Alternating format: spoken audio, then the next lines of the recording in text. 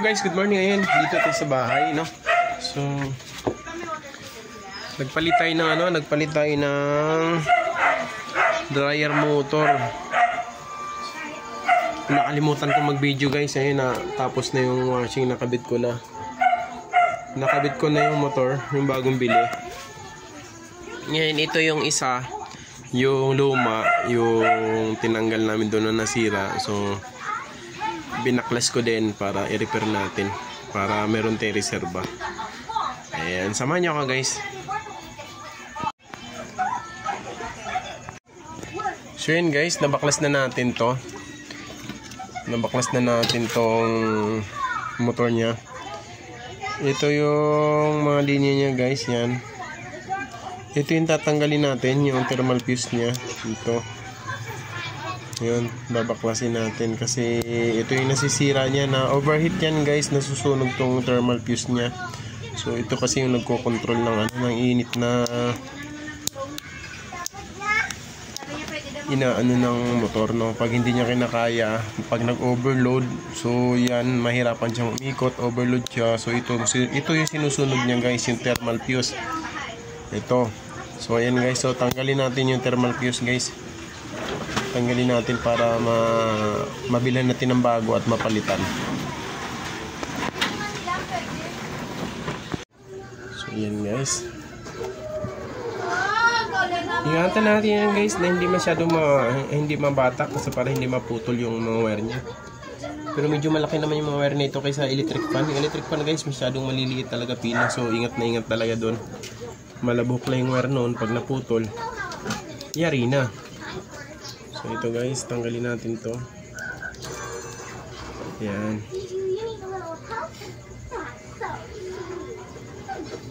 So yan guys, putulin na lang natin dito.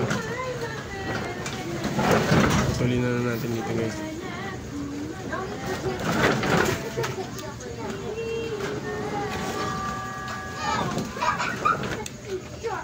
So ito yung thermal fuse guys. Ito yung thermal fuse nya. Buksan natin guys, yan.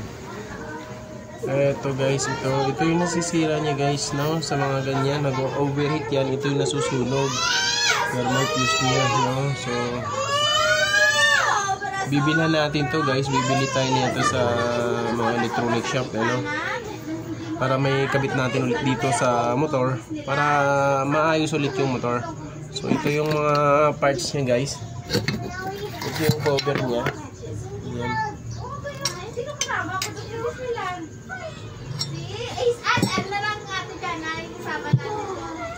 Yan. Ito yung mga cover niya guys. Yan, tabi natin to. Yan. Ito yung armature niya. Tabi lang natin.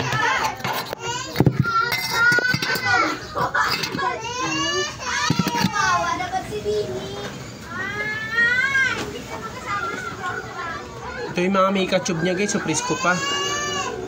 Mga mica tube niya, maganda pa, oh. So pwede natin itabi to. Magagamit natin ulit sa sok-sok natin ulit dito. Ayan. So ayan guys, kasi pag ano yan guys, ayan, broken kasi itong ano niya, broken yung thermal fuse niya, broken yan. So pag tinisteer natin, dapat kasi lahat ng itong tatlong wire na to, dapat to na palo to, dapat gumagana, you know. So, yun, no? Hindi siya gumagana kasi ano,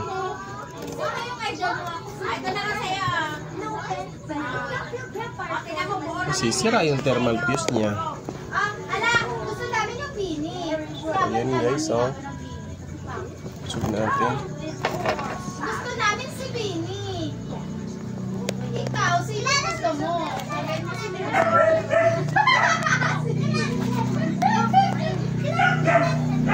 So ayan guys, oh.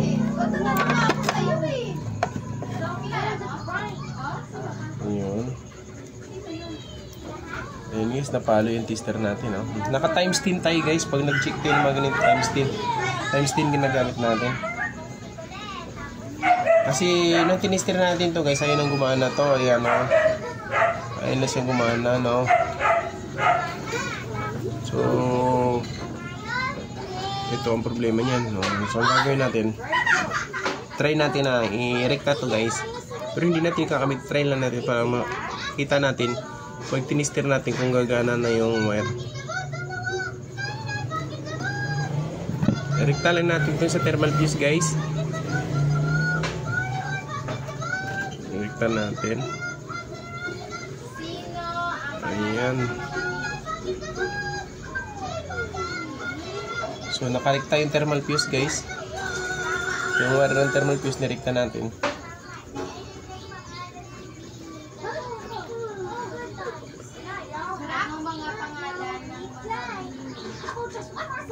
So yun o, kung akalo.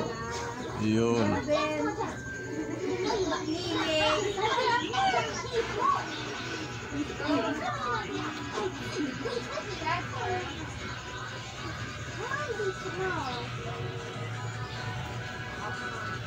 Aya, kulit, maluje, nado,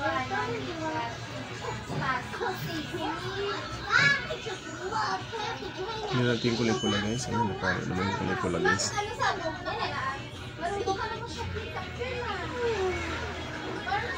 Wala talaga yung pula guys.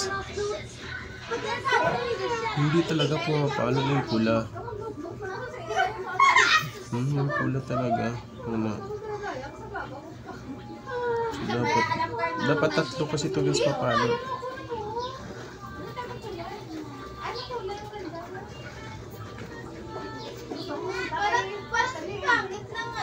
Naku. Parang may problema talaga guys yung pula ng linya.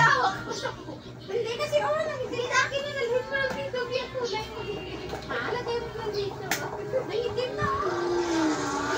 Pero parang parang ilabas na rin parang sa highlight. Mukhang ano na to guys. Kaya maganda nga. Sabi ko parang highlight. Tapos dito ka, naglalagay ka dito.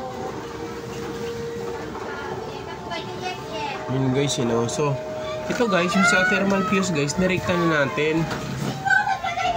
Nirekta na natin yung thermal fuse. For testing lang to guys, no? For testing lang to guys sa thermal fuse. Yan, nirekta natin para malaman natin na buo pa talaga siya. Ay, sino naglagay niya?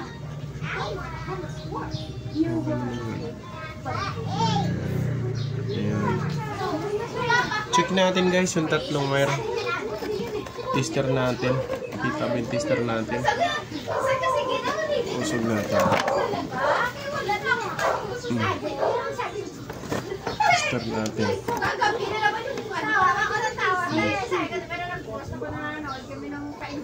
Check natin yung ano guys. Check natin yung tester guys. Ayun, napalo guys. Oh. So check natin yung line. Tapos itong kulay yellow. Ayan, napalo guys yung kulay yellow. Yung single sa capacitor to guys. Ayan. Itong pula guys, dapat napalo dito guys, no? Yung problema guys, hindi talaga napalo guys yung isang linya, yung sa kulay pula guys, yung sa yung sa capacitor to timer, hindi siya gumagana talaga, no? Pero pag i-ano naman natin guys, i-line to line, nagana siya guys. Oh, napalo.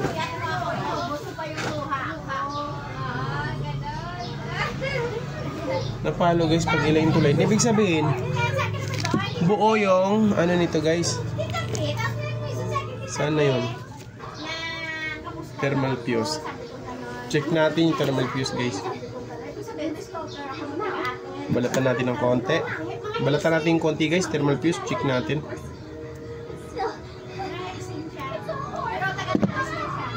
Ayan. Thermal fuse. I-check natin guys kung gumagana pa itong thermal fuse.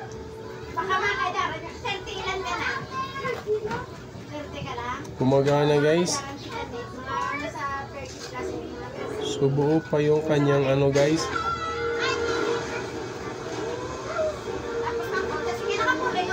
Buo yung kanyang thermal fuse guys. Buo itong thermal fuse niya, buo. So ang problema talaga dito sa motor natin guys is yung rewind niya. Nawala yung isang linya guys. Yung sa capacitor to capacitor to timer. Ito yung kulay pula na to, capacitor to timer. Kasi ito yung line niya, ito yung sa capacitor single niya yan. Wala talaga. Tingnan nyo guys ha. Tingnan natin yung kulay blue. Kasi yung sa thermal fuse, nirekta natin para sigurado natin kung talagang sira yung thermal fuse. Gumagana. Yung sa line to capacitor single, no? Gumagana siya. Pagdating dito sa capacitor to timer, hindi na siya gumagana guys. So, ang masasabi natin guys ay sira talaga yung motor natin. Motor natin yung sira guys. No, nawala yung isang linya niya. Sayang. Sayang guys, yung isang linya niya nawala.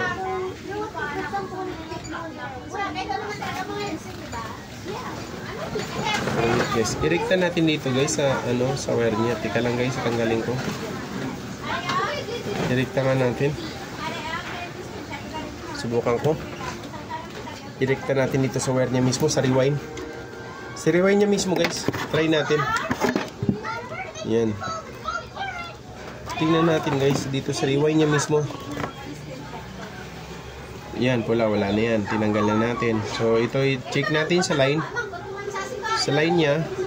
Tapos dito mismo sa rewind. Wala talaga guys, oh. Hindi talaga napalo. Papaluin ko na to. Oh, ito kasi napalo. Wala talaga. Kahit nirekta na natin ito si rewind guys, wala talaga. Hindi talaga siya gumagana.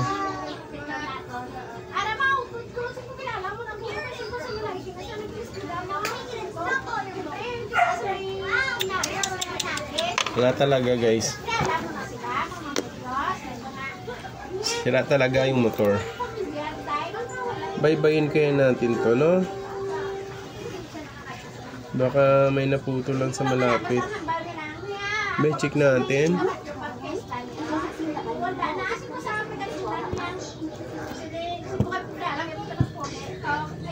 Itali muna natin to guys, yung Itali muna natin tong wire niya para hindi siya mahatak ng mahatak.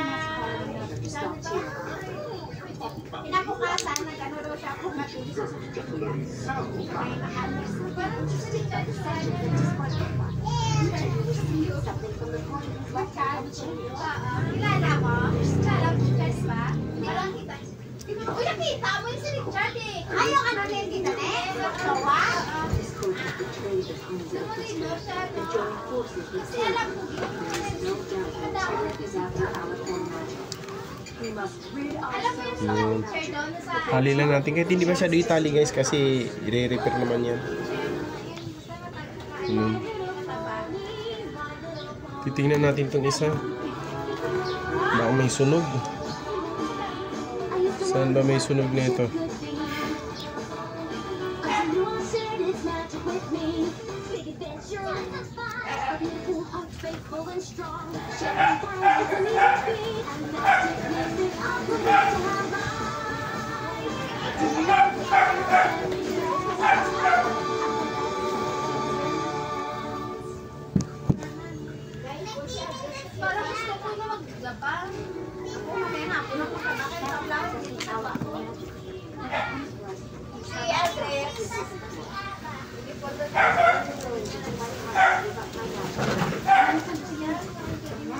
Tatanggal, guys. Tali nga natin.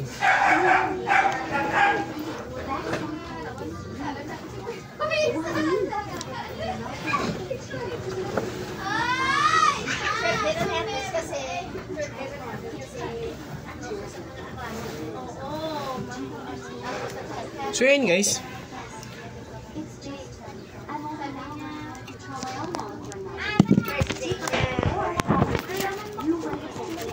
So yun, so tinitester natin. Tinitest natin yung motor. Dryer motor to guys, so nalalaman natin na yung thermal fuse niya is buo pa yung thermal fuse niya guys, buo pa. Gumagana pa ito, So direkta na natin yung wire niya dito sa motor niya, yung kinabitan ng thermal fuse. Gumana yung dalawa, itong yellow at saka itong blue. Itong pula, wala talaga guys, hindi talaga siya gumagana. So ibig sabihin nun, yung motor nito, yung sa rewind nito, yung isang linya nito, itong sa pula, ay meron itong napigtas, naputol sa loob o nasunog, Kaya hindi na siya gumagana. Pagka ganito ang nangyari guys, rewind na po talaga siya. Papariwind natin to. Pwede naman ito ipariwind. Tanong natin kung magkano o magkano yung bibili ka ng bago o ipariwind natin. Pero mas maganda siguro bili na lang ng bago kung mahal man pariwind, So yun. Marami namang nabibili. Yun So ganun lang guys. Tatanggalin yung mga tornilyo nito, tapos check natin thermal fuse kung gumagana o hindi. Pag hindi na gumagana ang thermal fuse, tapos itong tatlong linya na ito ay buo naman, papalitan lang ng thermal fuse. So ito, try natin itong hanapin natin. Tanggalin natin ibang tali nito guys, tapos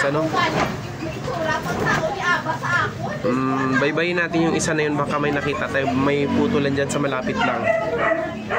Baka may putol sa malapit lang guys, check natin.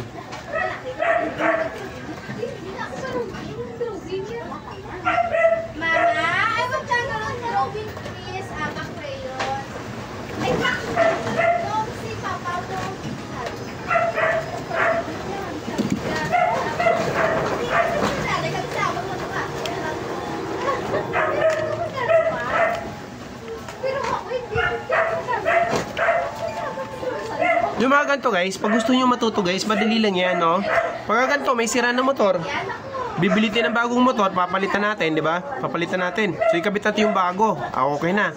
So, itong sira niya guys, ito ngayon yung aralin natin, Huwag tayong matakot masira, kasi sira na naman siya Sira na rin naman yung motor niya.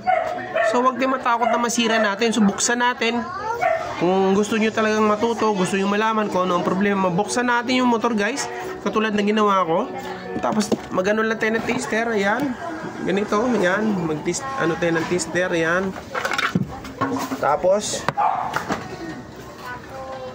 i-check natin guys. I-check natin yung mga linya niya kung yan ay buo pa o hindi, Para malalaman natin kung anong mechanism niya sa loob, kung anong meron sa loob. Ito, motor niya, rewind niya, kung anong meron dito. Ayan, katulad nito, meron thermal fuse. Yung iba, hindi nila alam nito na meron ganito sa loob, For safety kasi ito guys, kung mag-overheat yung motor, ito yung bibitaw. Pag wala kasi ito guys, itong motor yung masusunog, so maaaring mag-cause din ito ng sunog sa bahay. Pagka walang ganito na nakakabit, So required talaga to na merong mga ganito. Kasi para maiwasan yung sunog guys. Kasi pag wala to, itong rewind yung masusunog niya. So maaaring masusunog yung gamit natin. Madisgrasya tayo, pati yung bahay, baka masunog. So kaya dapat meron nito. So na-check natin to guys, buo to. Ito linya niya mismo isa yung sira. Hanapin natin guys. Tanggalan natin ng tali. So isang tali, tanggalin natin.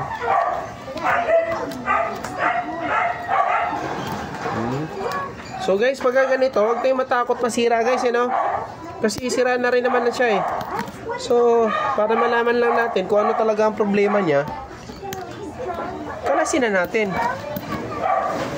Kasi dalawa naman ang option yan kung na-trace natin, maayos natin yan. Kung hindi, edi wala talaga, So, hindi naman tayo manghinayang din kung hindi natin matrace yan kasi sira na rin naman talaga siya, Sira na to. So, ayan na. Wala na yung tali, guys. Natanggal na yung tali. Subukan nating hilain to. So, hindi mo nakasuong-suong kasi to, guys. So, hindi basta-basta maano to, guys. Hila,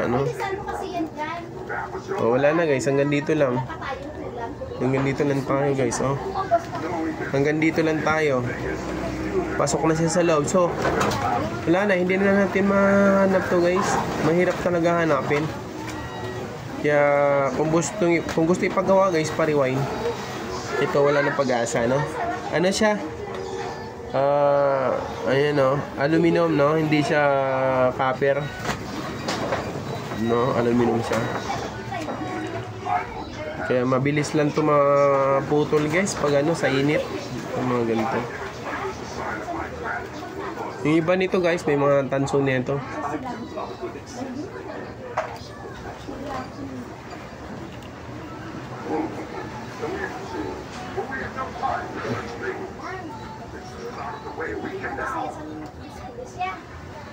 Is meant to be humorous? No, I haven't touched that.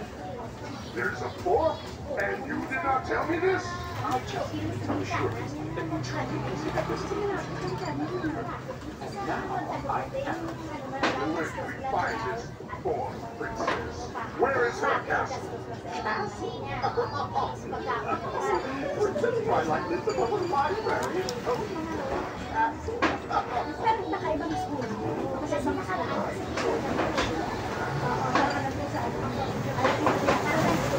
Ayan guys. So wala na pag-asa guys na mahanap natin to kasi pumasok na dyan. Hanggang dyan na lang tayo. So yun guys. So hanggang dito na lang tayo guys. Ang mangyari dito ay tatansuin guys. Tatanggalin mo. Kaso puti naman to, no? Ang gagawin na lang natin ito guys is pwede natin dalhin ito sa shop, ibenta natin sa kanila kasi ang ginagawa nila nito guys, nire-rewind nila to, nire-rewind yun, no? So itabi na lang natin to guys, tabi na lang natin kasi wala tayong pag-asa dito, no? Wala tayong pag-asa. Sira siya, sira. Tingnan natin yung iba linya dito guys, ha? Baka may iba pang naputol dito. So, buo to. Buo.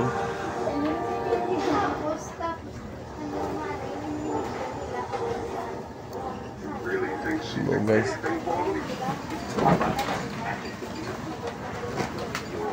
So, buo. Wala talaga. So, yun guys. Hanggang dito na lang guys. Wala natin magagawa sa motor na to. Kundi ito ay ipapariwind natin para mapakinabangan pa natin to. Ipapariwind. Dali natin ito sa shop. Pariwind natin. Para pag nasira yung motor natin, isa, may papalit tayo agad. No, okay. So, ligpit-ligpit tayo guys. Ligpit. Hanggang dito lang guys, you know. So, negative tayo dito sa ano na to. Sa motor na to guys. Ayan. Pero at least yung ano natin, yung bagong binili natin, nakabit na natin. So, hindi ko na na-videohan kanina. Mamadali ako kasi baka umulan. So para hindi naman umulan guys, no? Kasi lumayo na yung bagyo. So, maliwanag na. Ayan. So, hanggang dito na lang guys. So, migi-migalon shoutout everyone. Ayan, shoutout nga pala sa buong Team Magic 7. Ayan. Sa ating mga founder dyan. Ayan, Pops Risty, Tudo, Scooby-Doo. Ayan, Broken Angel, si Madel Sabeda. Ayan, si Marie, Miss Marie. Ayan, si Oliver Caro Mix Vlog. At saka si Pops Motudo. Ayan, ano. Yun, sa ating mga founder guys. Kasama na rin ako doon guys, no? Ayan. So, ayan. So, magpapasalamat din po tayo guys sa lahat ng mga subscriber natin, ano? Sa lahat naman nakasubscribe sa atin. Sa lahat na nakafollow sa atin, ano? Sa lahat ng sumusuporta sa atin. So, thank you very much guys. Maraming salamat po sa suporta nyo po. Ayan, sana hindi po kayo magsawang sumuporta sa akin, sa amin, sa buong team. Tsaka sa lahat ng mga nag-YouTube guys, ano? Sa mga YouTuber, sana hindi kayo magsawang sumuporta. Ayan. Tsaka sana po nakatulong po kami sa inyo guys. So, yun. Thank you very much. Hanggang dito na lang. Bye-bye.